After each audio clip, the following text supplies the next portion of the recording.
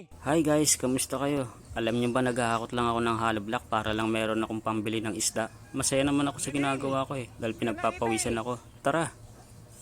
At yan na, pagkatapos kong makaipon ng pera sa paghahakot ng hollow block, pumunta na kami ng customer para lang bumili ng mga isdang kailangan ko. Napakaraming pets dito na pwede mong pagpilian.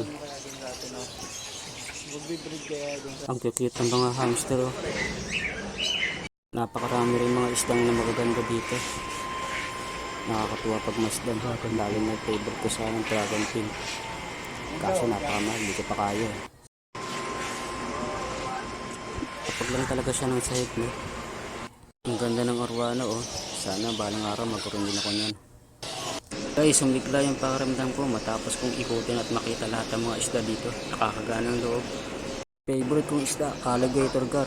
Pinapangarap ko rin yan yung bata pa ako. Pero saka na, pag may budget ako, di ko pa kaya Ang gaganda ng mga isda dito. Kinukuha na nga pala niya yung isdang binili ko.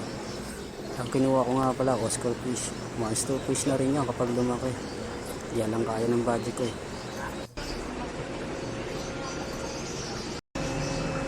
Ang ganda. Ano ko yung isda yan? Guys, ayan daw yung mga magulang ng Oscar fish na nabili ko.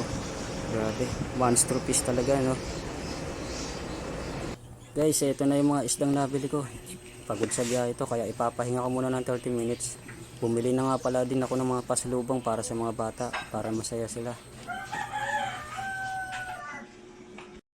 At yan na nga guys, nailagay ko na sila sa tank kaso napakalit pa ng pinaglalagyan nito So kailangan ko pa mag-ipon ng pera para makabili ng mas malaking tank kung saan makakalangoy sila ng maluwag-luwag. At yan na nga pala yung dalawang goldfish na nabili ko rin kasama ng mga Oscar fish natin. Hiniwalay ko sila guys para hindi sila mabuli ng mga Oscar fish natin. Grabe nakakagaan ng pakaramdam pag pinagmamasdan ko sila. Sige guys, salamat sa panonood. Sa susunod naman ulit.